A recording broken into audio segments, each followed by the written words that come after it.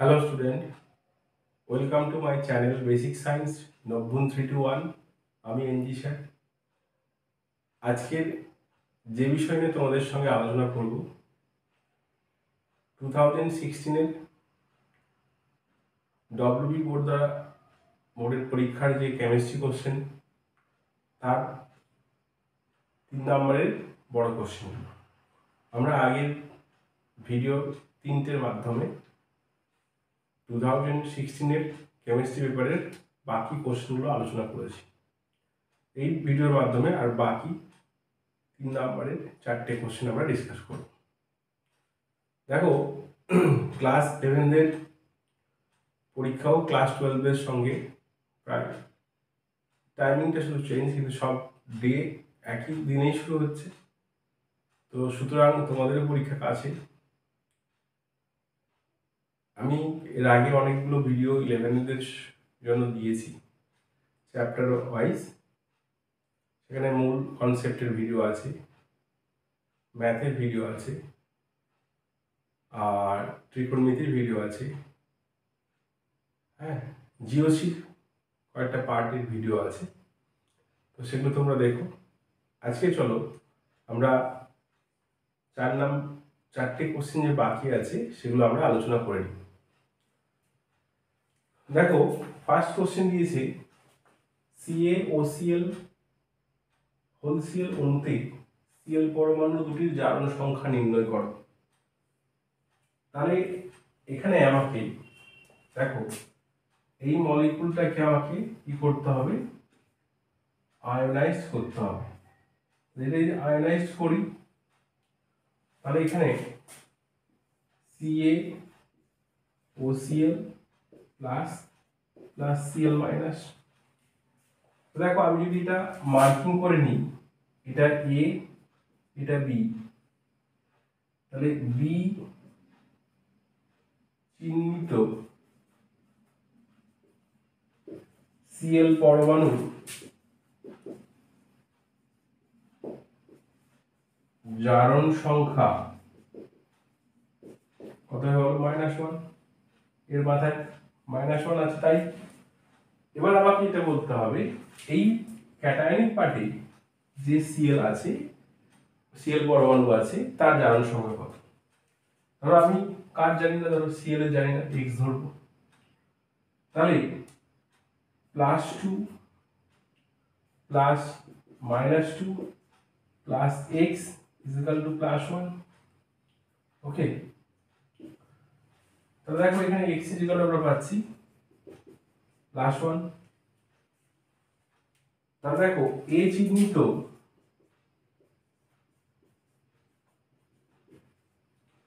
Cl পরমাণু জারণ সংখ্যা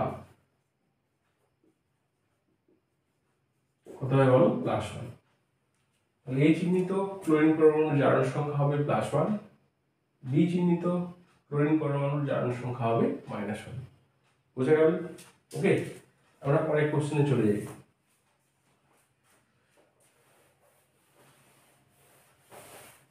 বলে দেখো, জারণ সংখ্যা পদ্ধতিতে সমতা বিধান করো।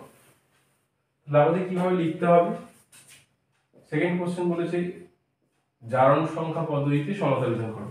তাহলে আমাদের যে প্রদত্ত রাসায়নিক বিক্রিয়াটা বলেছে সেটা আমরা আগে লিখে নেব, যেমন ভাবে বলা আছে ওইভাবে কপি করব।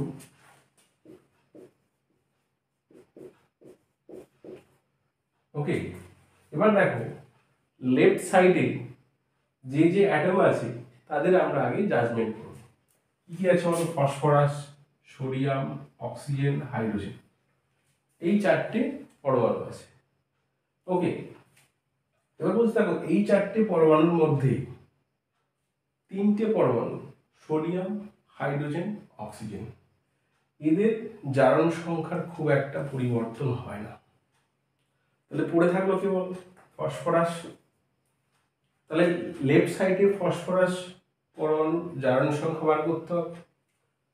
রাইট সাইডে যে বলা আছে ফসফরাসের সংগঠিত যৌগগুলো তার মধ্যে ফসফরাসের জারণ সংখ্যা বার করতে হবে। এই কাজটা আমাদের প্রথম।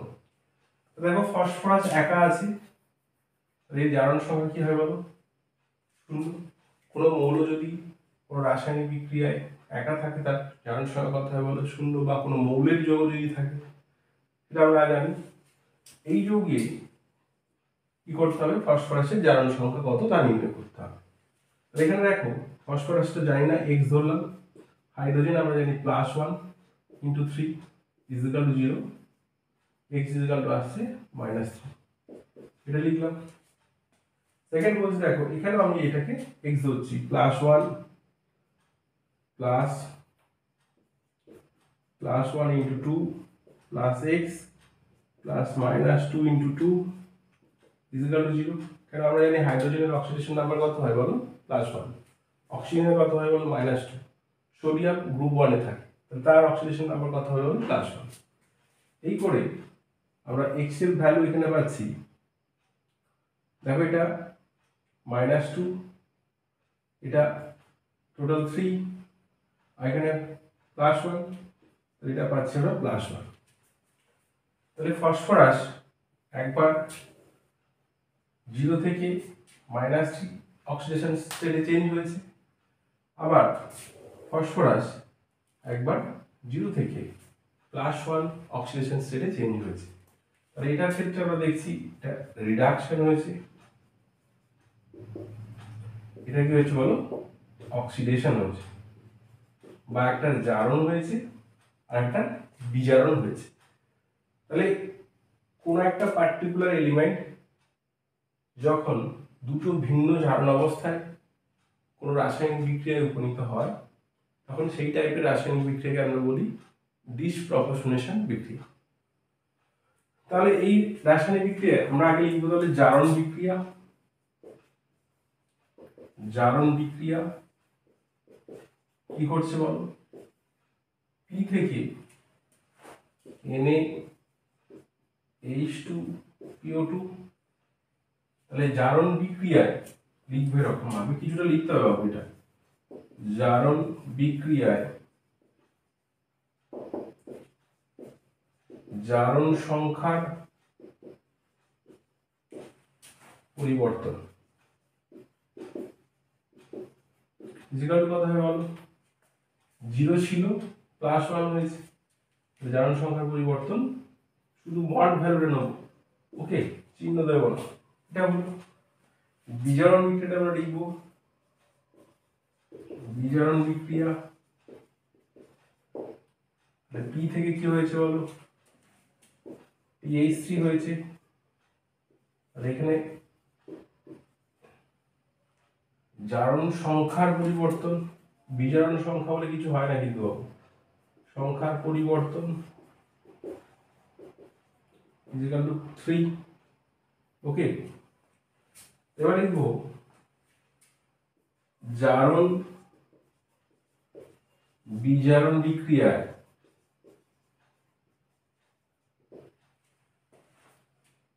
জারণ সংখ্যার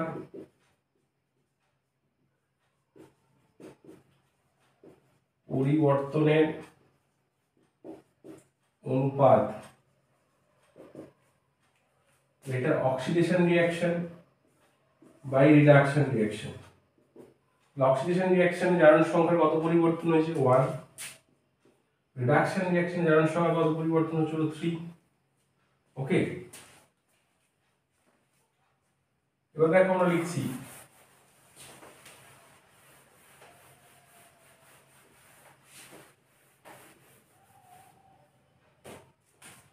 সমতা বিধানের জন্য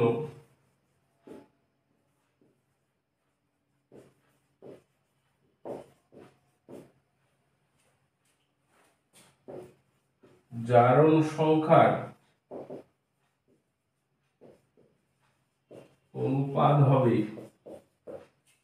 তাহলে এটা ঠিক থাকবে = 3/1, অর্থাৎ অক্সিডেশন রিঅ্যাকশন যেটা হয়েছে তাকে আমরা 3 দিয়ে গুণ করব, রিডাকশন রিঅ্যাকশন যেটা হয়েছে সেটাকে আমরা 1 দিয়ে গুণ করব।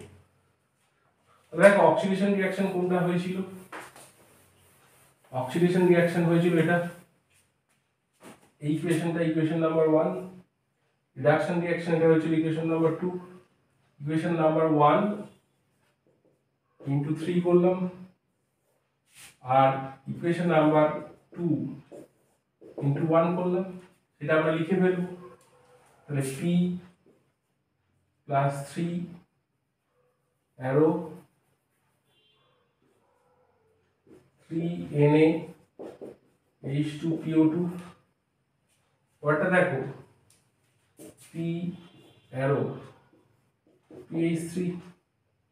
এবার যোগ করব, দুটো ইকুয়েশন আমরা অ্যালজেব্রা যখন যোগ করি সেভাবে যোগ করব।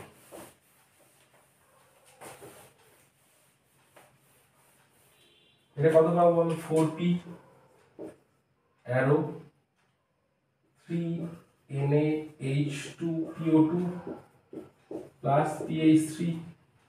ওকে, তাহলে যে এলিমেন্টটার জারণ সংখ্যার পরিবর্তন হয়েছিল সেটা ব্যালেন্স হয়ে গেল।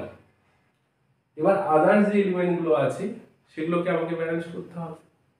আদার্স এলিমেন্ট মানে সোডিয়াম আছে, এখানে হাইড্রোজেন আর অক্সিজেন আছে।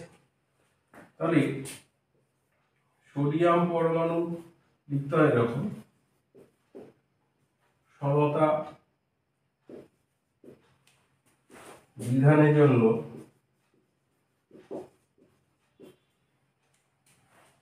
উপরোক্ত সমীকরণে বাঁ দিকে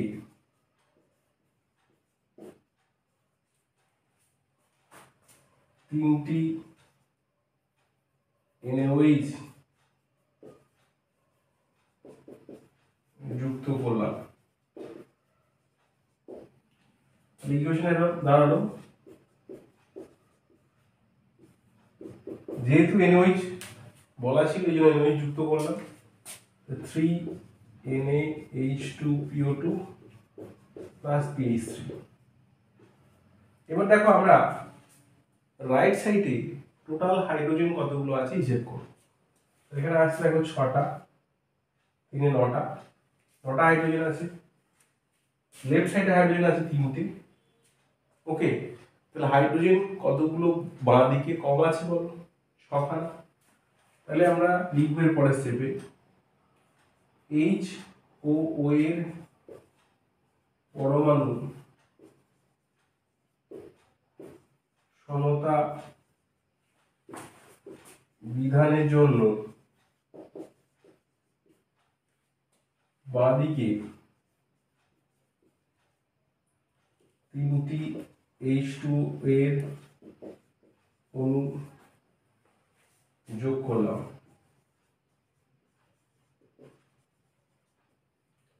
ইকুয়েশন দাঁড়াচ্ছে এরকম, দেখো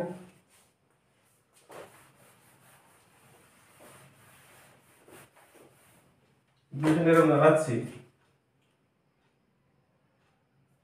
4p 3NaOH 3H2O, এটা অ্যারো দিয়ে রাখবো এখন, 3NaH2PO2 প্লাস PH3। দেখো এই ইকুয়েশনে আমরা দেখে নিই সবগুলো অ্যাটম ব্যালেন্স হয়েছে কিনা। 4টে ফসফরাস, এখানে দেখো 3টে ফসফরাস, এই একটা 4টে ফসফরাস। সোডিয়াম এখানে 3টে, এখানে সোডিয়াম 3টে। হাইড্রোজেন এখানে দেখো টোটাল 9টা, 3টে, এখানে 3 2 6, 9টা। এখানে দেখো 3টে, আর এখানে 3 2 6, 9টা। ওকে, অক্সিজেন দেখো এখানে 3টে, এখানে 3টে, 6টা। অক্সিজেন 2, আর এখানে সামনে 3 আছে, 6টা। তাহলে এরপর আমরা কি লিখবো? সুতরাং সমতাযুক্ত সমীকরণটি হলো, সুতরাং সমতাযুক্ত সমীকরণটি হলো, সমতাযুক্ত সমীকরণটি হলো, লিখে দেবো এরকম 4p 3NaOH 3H2O অ্যারো জায়গায় ইকুয়াল সাইন দেবো 3NaH2PO2 প্লাস PH3। ক্লিয়ার? ওকে, আমরা পরের কোশ্চেনটাতে চলে যাই।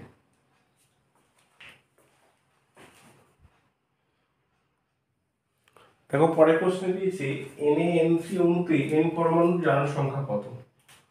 তো দেখো আমরা দেখব যে n এর জারণ সংখ্যা জানি না, তাহলে x ধরবো, তাহলে লিখবো Na N3। এখানে সোডিয়ামের জারণ সংখ্যা জানা +1 × 1, একটা সোডিয়াম আছে, এটা আমরা জানি না, x ধরবো।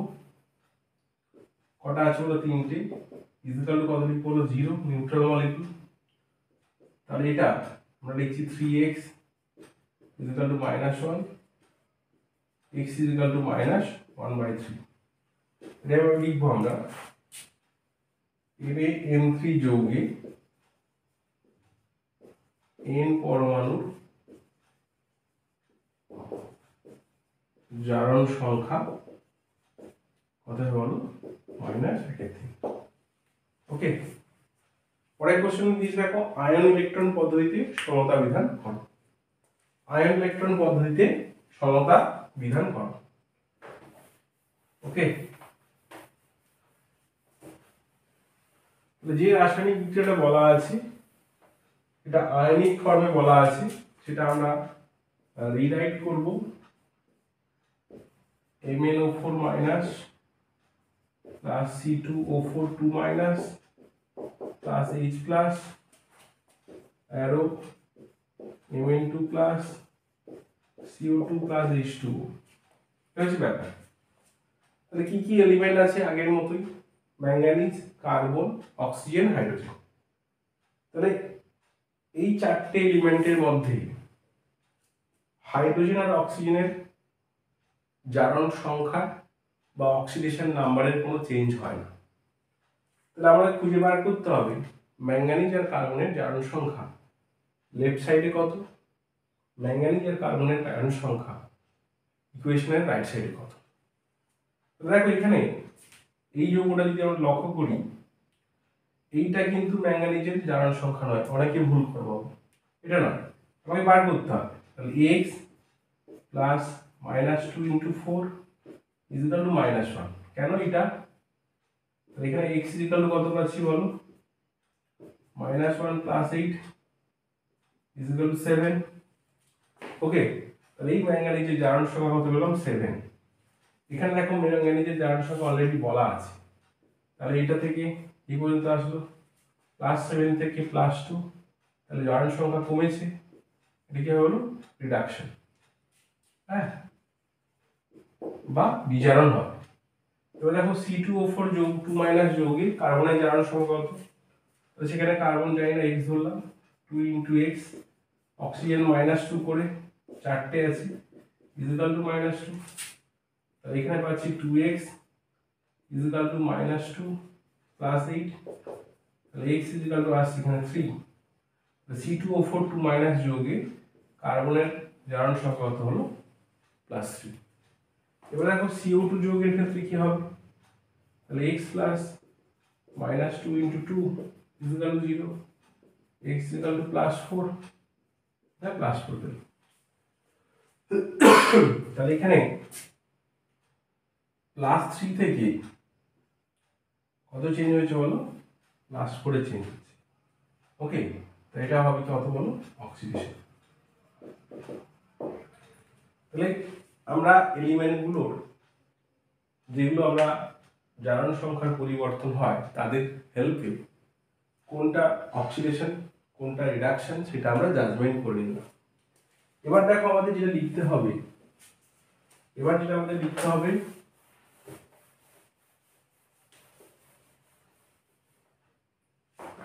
এবার যেটা লিখতে হবে অর্ধ জারণ বিক্রিয়া। তাহলে অর্ধ জারণ বিক্রিয়া মানে কোনটা, তাহলে C2O4 2- অ্যারো দিয়ে C2। দেখো কার এখানে জারণ সংখ্যার পরিবর্তন হয়েছে, কার্বনের লেফট সাইডে কটা কার্বন আছে বলো, দুটো, রাইট সাইডে কটা কার্বন আছে বলো, একটা, তাহলে এখানে আমি 2 দিয়ে মাল্টিপ্লাই করব। ওকে, এবার দেখো এখানে অক্সিজেন কটা আছে বলো, চারটে। এখানে অক্সিজেন কটা আছে বলো, চারটে। যদি অক্সিজেন কম বেশি থাকতো তাহলে আমাকে H প্লাস ও ওয়াটার অ্যাড করতে হতো। যেহেতু এখানে অক্সিজেন কম বেশি নেই তাই জন্য ওই স্টেপটা আমরা ছেড়ে যাচ্ছি। এবার দেখছি যে লেফট সাইডে টোটাল আধান কত বলো, -2। রাইট সাইডে টোটাল আধান কত বলো, 0। বোথ সাইডে আধান আমাকে ইকুয়াল করতে হবে। এদিকটা দুটো নেগেটিভ, যদি এদিকে আমরা দুটো ইলেকট্রন অ্যাড করে দিই তাহলে দেখো লেফট সাইডে দুটো নেগেটিভ, রাইট সাইডে দুটো নেগেটিভ, ব্যালেন্স হয়ে গেল। ওকে, তাহলে যখনই আমি ইলেকট্রন অ্যাড করলাম তখন আমি ইকুয়েশন নাম্বার দিয়ে দিলাম 1। ক্লিয়ার? এবার বলছে দেখো পরেরটা, অর্ধ বিজারণ বিক্রিয়া। তাহলে এটা কি লিখবো, দেখো MnO4 minus arrow Mn2 plus. হ্যাঁ, এখানে কিন্তু একটা খেলা। এবার দেখো এখানে অক্সিজেন কোন দিকে বেশি আছে, লেফট সাইডে বেশি আছে। রিয়াকশনটা কোন মিডিয়ামে হচ্ছে বলো, আম্লিক মাধ্যমে। যদি আম্লিক মাধ্যমে হয় H প্লাস লেখা থাকবে, ক্ষারীয় মাধ্যমে হলে ওই মেশান লেখা থাকবে। এটা আম্লিক মাধ্যমে হচ্ছে, তাহলে যেদিকটা অক্সিজেন বেশি আছে সেই দিকটা অক্সিজেনের ডাবল H প্লাস অ্যাড করব। এখানে কত অ্যাড করলাম বলো, 8H প্লাস। যতগুলো H প্লাস অ্যাড করলাম তার হাফ ওয়াটার উল্টো সাইডে অ্যাড করব। তাহলে এখানে H2O হলো, কটা বলো H2O, এখানে চারটে। এবার দেখো লেফট সাইডে টোটাল চার্জ কত, একটা নেগেটিভ 8টা পজিটিভ, টোটাল কত হচ্ছে বলো 7 পজিটিভ। ওকে, রাইট সাইডে টোটাল চার্জ কত বলো, দুটো পজিটিভ। তাহলে কোন দিকটা পজিটিভ চার্জ বেশি আছে, লেফট সাইডে। কতগুলো বেশি আছে বলো, 5টা। তাহলে পরের স্টেপে আমরা লিখবো এভাবে, MnO4 minus 8H plus 5 electron arrow Mn2 plus 4 water. Equation number দিয়ে দেবো 2। ক্লিয়ার? ইকুয়েশন নাম্বার কত দিয়ে দেবো, 2। এবার দেখো আমরা এরকম ক্লাস 10-এ কি করেছি বলো, এলিমিনেশন মেথড শিখেছি বা অপনয়ন পদ্ধতি শিখেছি। তাহলে এখানেও আমরা ওই জিনিসটা অ্যাপ্লাই করব। তাহলে এখানে দেখো ইলেকট্রন কটা আছে, দুটো। এখানে ইলেকট্রন কটা আছে হলো 5টা। দুটো ইকুয়েশনে ইলেকট্রনের নাম্বার সেম করতে হবে। তাহলে কারণ ইলেকট্রনটাকে আমরা বাদ দিতে হবে, তাহলে আমরা এটা লিখতে পারি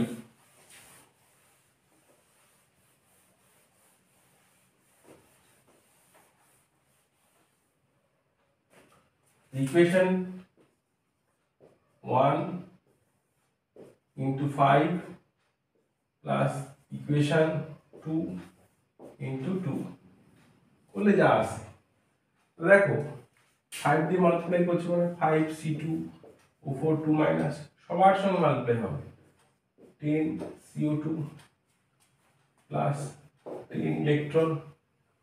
এবার দেখো এটাকে সেকেন্ড ইকুয়েশনকে 2 দিয়ে মাল্টিপ্লাই করেছি, 2MnO4 minus plus 16H plus 10 electron.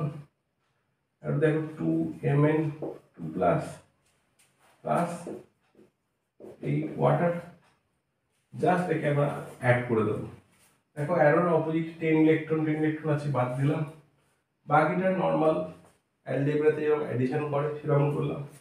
এখানে লিখলাম 2MnO4 minus plus 5C2O4 2 minus plus 16H plus arrow 2Mn2 plus 10CO2 plus 8H2O। Clear? বাবু এটা যারা ক্লাস 12-এর তারাও কিন্তু এটা দেখো এভাবে, তোমাদের গ্রুপ কেমিস্ট্রি ডি ব্লক ওখানে কিন্তু এই জিনিসগুলো সেম আছে, এটা তোমাদের জানতে হবে। তাহলে এই ব্যাপারটা আমরা দেখো, এটা ব্যালেন্স হলো। ম্যাঙ্গানিজ দুটো ম্যাঙ্গানিজ, অক্সিজেন দুটো কটা হচ্ছে বলো, 8টা, এখানে 20টা 28টা, দেখো এখানে 10 2 20 আর এখানে 8টা 28টা। হাইড্রোজেন কটা হলো 16টা, এখানে হাইড্রোজেন কটা হলো বলো 16টা। কার্বন দেখো এখানে হলো 5 আর 2 10, এখানে কটা হলো বলো 10। তাহলে এটাই হলো সমতাযুক্ত সমীকরণ। কোন পদ্ধতিতে আমরা করলাম? আয়ন ইলেকট্রন পদ্ধতিতে। এবার দেখো তোমাদের যদি এই চ্যাপ্টারটা কোনো গন্ডগোল থাকে, মানে অক্সিডেশন নাম্বার মেথডে ব্যালেন্স করা বা আয়ন ইলেকট্রন মেথডে ব্যালেন্স করা, এটার যদি কোনো রকম হেল্প লাগে তাহলে আমাকে কমেন্ট বক্সে জানাও, তাহলে এইটার আমি আরও কয়েকটা এক্সাম্পল দিয়ে করিয়ে দেবো। দেখো আরেকটা ইম্পর্টেন্ট কথা, যদি তোমরা এইভাবে যে আমি করালাম তোমরা এভাবে করতে পারো, বা যে স্যারদের কাছে পড়ছো ওরা যে মেথডে করিয়েছে সেইভাবেও ফলো করতে পারো। যেটা করবে সেটা কিন্তু সিঙ্গেল, একাধিকভাবে মনে রাখা দরকার নেই, যে কোনো একটা প্রসিডিওর মনে রাখলেই হবে। যেটা তোমাদের কাছে ইজি মনে হবে সেটাই তোমরা মনে রাখবে। ওকে, আমরা পরের কোশ্চেনে চলে যাই।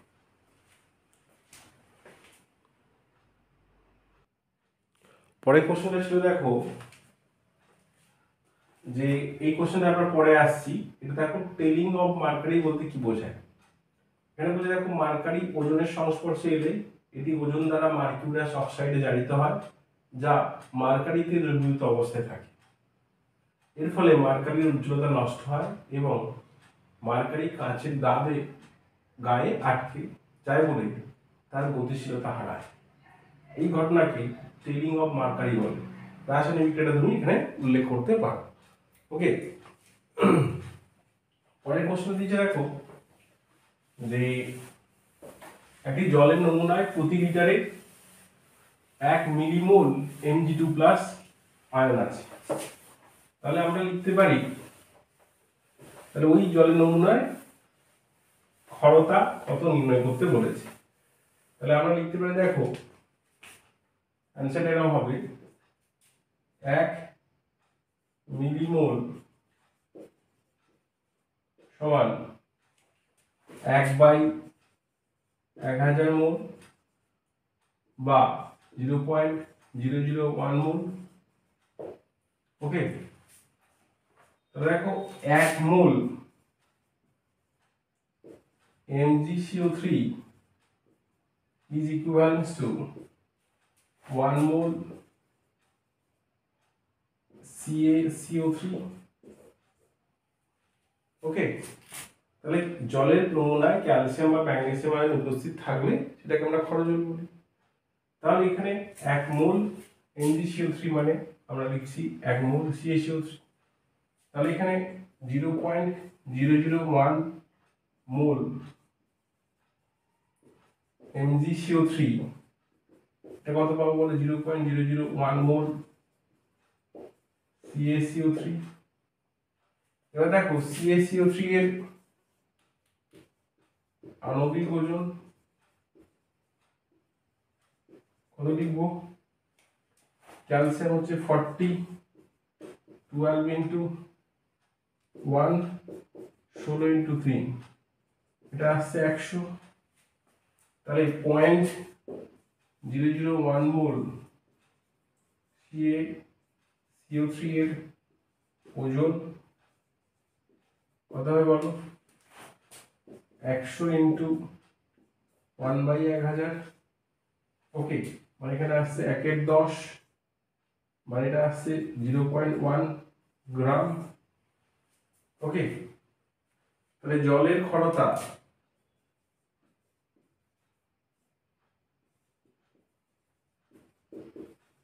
সমান লিখবো ppm এককে, ppm এককে।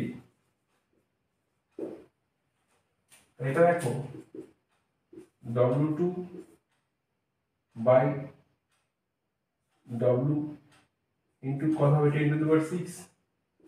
তাহলে আমরা এটা লিখতে পারি W2 এর জায়গায় 0.1। এখানে দেখো জল 1 লিটার, 1 লিটার জল মানে আমরা কত লিখতে পারি? দেখো 1 লিটার জল আছে, প্রতি লিটার বলেছে কথাটা, মানে যদি জলের ঘনত্ব 1 গ্রাম পার সেন্টিমিটার কিউব হয় তাহলে 1 লিটার জলকে আমরা 1000 গ্রাম লিখতে পারি, এটা আসছে 10⁶, বা এটা আসছে দেখো 100 ppm। তাহলে উক্ত জলের ক্ষরতার মাত্রা কত হয় বলো? 100 ppm। তাহলে উক্ত জলের নমুনার ক্ষরতার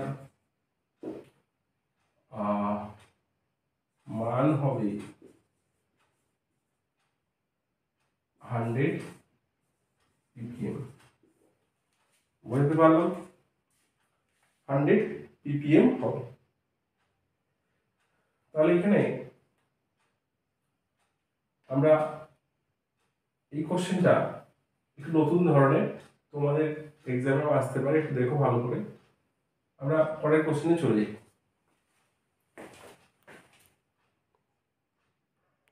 দেখো পরের কোশ্চেনটা দিয়েছে এরকম, 17 দাগে বেশিরভাগ লিথিয়াম লবণ শোধক অবস্থায় থাকে কেন? দেখো হাইড্রেশন এনথালপি এভাবে হবে, হাইড্রেশন এনথালপি আয়নের চার্জ বাই ব্যাসার্ধ এর উপর নির্ভর করে। গ্রুপের উপর থেকে নিচের দিকে গেলে ক্ষার ধাতুগুলির ব্যাসার্ধ বৃদ্ধি পায়, সুতরাং হাইড্রেশন এনথালপি ক্রমশ হ্রাস পায়। এলআই প্লাস আয়নের হাইড্রেশনের মান অত্যন্ত বেশি হয়, তাই লিথিয়াম লবণগুলি সাধারণত হাইড্রেটেড অবস্থায় থাকে। ওকে, পরের কোশ্চেন দিয়েছে দেখো, কোন ক্ষারীয় মৃত্তিকা ধাতু হাইড্রোক্সাইড উভয়ধর্মী বলছে? তাহলে বেরিলিয়াম হাইড্রোক্সাইড একটি উভয়ধর্মী হাইড্রোক্সাইড। এখানে অক্সাইড নয়, হাইড্রোক্সাইড কোশ্চেনটা ছিল, হাইড্রোক্সাইড কি ছিল বলো কোশ্চেনটাতে? হাইড্রোক্সাইড ছিল। হ্যাঁ, এটা ধাতুর হাইড্রোক্সাইড।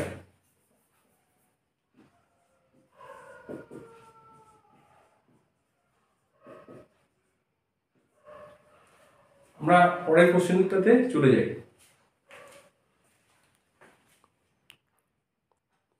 দেখো পরের কোশ্চেন দিয়েছে হাইড্রোলিথ কি, আর তারপরে দিয়েছে দেখো বোরন ট্রাইফ্লোরাইড লুইস অ্যাসিডের ন্যায় আচরণ করে কেন? আমরা বলছি ক্যালসিয়াম হাইড্রাইড কি, CaH2 কে আমরা হাইড্রোলিথ বলি। তাহলে বোরন ট্রাইফ্লোরাইড লুইস অ্যাসিডের ন্যায় আচরণ করে কেন? দেখো আমরা জানি বোরন 5 ইলেকট্রনিক কনফিগারেশন যদি করি 1s2 2s2 2p1, এটা হচ্ছে ground state electronic configuration. Excited স্টেটে দেখছি আমরা 1s2 2s2 1s2 2s1 2p2, অর্থাৎ গ্রাউন্ড স্টেটে যদি আমরা লক্ষ্য করি বোরনের, সেখানে একটা বিজোড় ইলেকট্রন ছিল, এটা গ্রাউন্ড স্টেট। এক্সাইটেড স্টেটে দেখছি একটা ইলেকট্রন এখানে ট্রান্সফার হয়ে আমরা দেখতে পাচ্ছি একটা করে ইলেকট্রন আছে, তাহলে এটা আমরা দেখছি এক্সাইটেড স্টেট। তাহলে এক্সাইটেড স্টেটে বোরন ফ্লুরিনের সঙ্গে বন্ড করার পর একটা করে ফ্লুরিন এখানে ইলেকট্রন দান করেন, এখানে ফ্লুরিন কি করেছে বলো, এর সঙ্গে জোড় হয়েছে, কোভ্যালেন্ট বন্ড তৈরি করেছে। তাহলে আমরা দেখছি সর্ববহিষ্ঠ কক্ষে বোরনের সর্ববহিষ্ঠ কক্ষে কটা? সর্ববহিষ্ঠ কক্ষে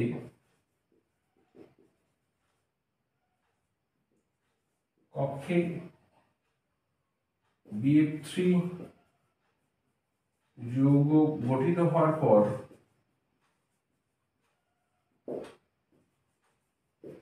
ইলেকট্রন সংখ্যা কটা হচ্ছে বলো? 6টা।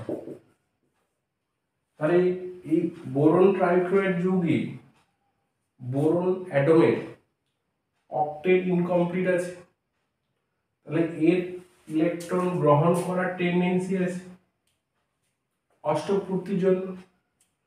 তাহলে এই কারণে আমরা দেখব বোরন ট্রাইফ্লোরাইড কি হিসেবে কাজ করে বলো?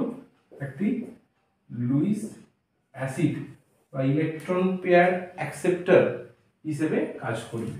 যেমন এটা অ্যামোনিয়ার সঙ্গে দেখো এটা কি হবে, অ্যামোনিয়া লোন পেয়ারটাকে ডাউন করবে, এই লুইস বেস হিসেবে কাজ করে, এটা লুইস অ্যাসিড হিসেবে কাজ করে।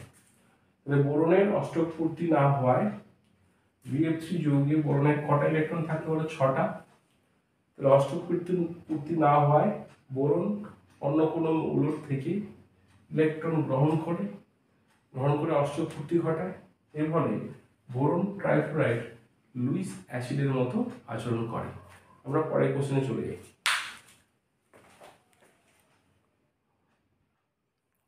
দেখো পরের কোশ্চেনটা আমরা চলে যাই। কি ঘটে সমীকরণ সহ লেখো। ক্যালসিয়াম কার্বাইডে জল যোগ করা হলো। সেকেন্ড কোশ্চেন বলছে ইথাইল অ্যালকোহলের সাথে গাঢ় H2SO4 মিশিয়ে 180 ডিগ্রি তাপমাত্রায় উত্তপ্ত করা হলো। দেখো ক্যালসিয়াম কার্বাইডে জল যোগ করলে কি হবে, CaC2 প্লাস H2O। আমরা এখানে কি পাবো বলো, ক্যালসিয়াম হাইড্রোক্সাইড আর অ্যাসিটিলিন পাবো। ওকে, ক্যালসিয়াম হাইড্রোক্সাইড আর কি পাবো বলো, অ্যাসিটিলিন পাবো। ওকে, তাহলে এখানে আমরা এই হচ্ছে রাসায়নিক বিক্রিয়া। পরেরটা বলছে দেখো সেকেন্ড, ইথাইল অ্যালকোহলের সাথে H2SO4 মিশিয়ে উত্তপ্ত করা হলো। তাহলে CH3 CH2OH অ্যারো, এখানে লিখছি আমরা গাঢ় H2SO4 180 ডিগ্রি সেন্টিগ্রেড। তাহলে কি ঘটনা ঘটবে, দেখো আমরা এটা এভাবে লিখবো, যেটাতে OH আছে এটাকে আলফা লিখবো, তার অ্যাডজাসেন্টটাকে আমরা বলছি বিটা। তাহলে বিটার হাইড্রোজেন আর আলফার OH এই দুটো চলে যাবে, এলিমিনেশন হবে 180 ডিগ্রি টেম্পারেচারে। এটা কি হবে বলো, এলিমিনেশন রিঅ্যাকশন হবে, হ্যাঁ, বা অপনয়ন বিক্রিয়া হবে। পরে এটা আমরা পাবো CH2 ডাবল বন্ড CH2 পাবো, ইথিন পাবো। ওকে, কি পাবো বলো, ইথিন। ক্লিয়ার? আমরা পরের কোশ্চেনটা চলে যাই।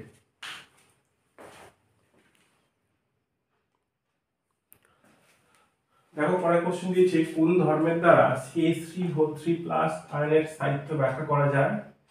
আরেকটা কোশ্চেন দিয়েছে, ভাট বিক্রিয়া দ্বারা বা উৎস বিক্রিয়া দ্বারা মিথেন তৈরি করা যায় না কেন।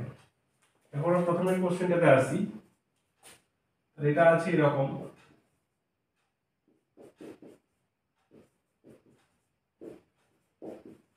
এটা প্লাস, और আমরা যদি অ্যাকচুয়ালি দেখি তাহলে এটা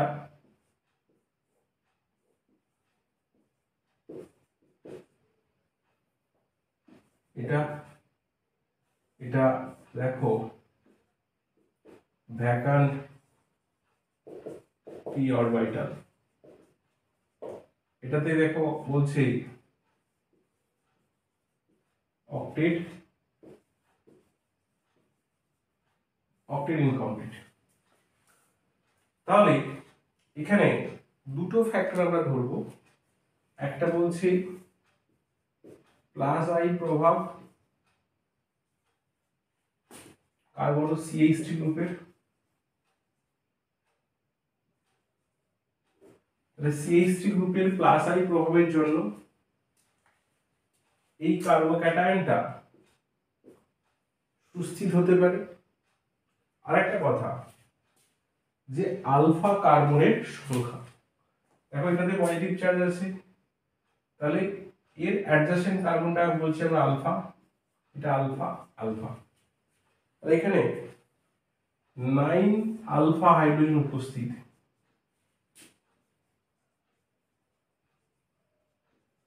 ওকে, কটা আলফা হাইড্রোজেন বলো, 9খানা আলফা হাইড্রোজেন উপস্থিত। তাই জন্য এই কার্বোক্যাটায়নের 9খানা হাইপার কনজুগেটিং স্ট্রাকচার আমরা পাবো।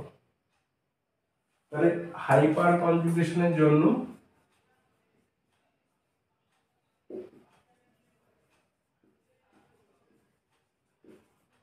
এর জন্য কার্বোক্যাটায়নটি সুস্থির হতে পারে।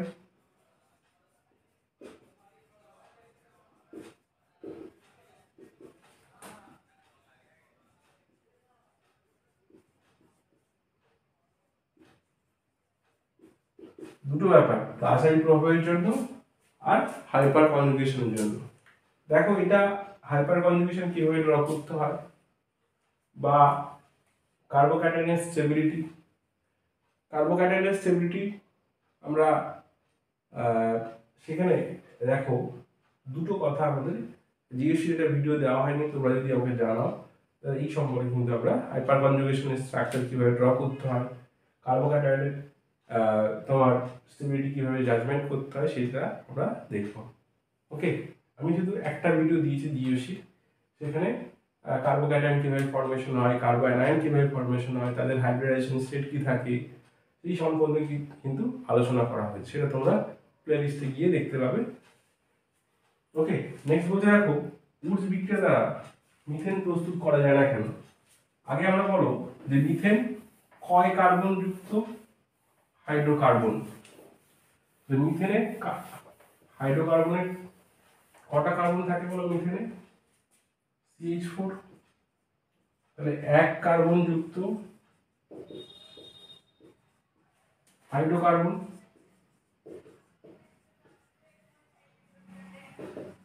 ওকে, তাহলে উডস বিক্রিয়া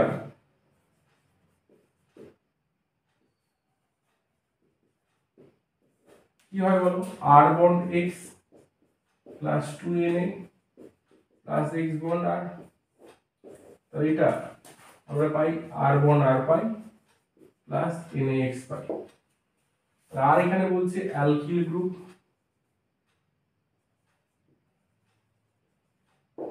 ঠিক আছে, তাহলে অ্যালকিল গ্রুপ বলছে R। তাহলে এই অ্যালকিল গ্রুপের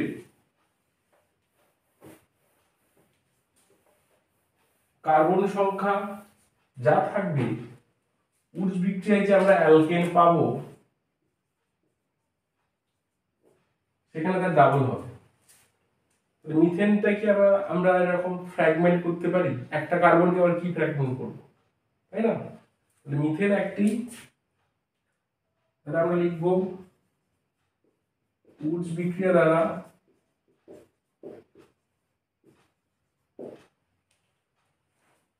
জোড় সংখ্যক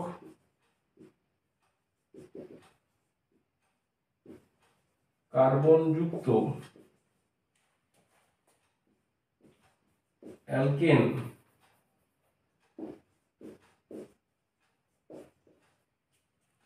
প্রস্তুত করা হয়।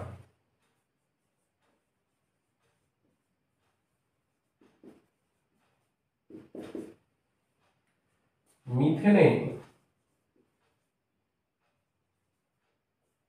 একটি কার্বন পরমাণু থাকায়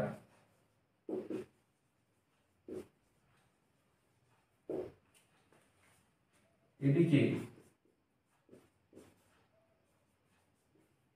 উডস বিক্রিয়া দ্বারা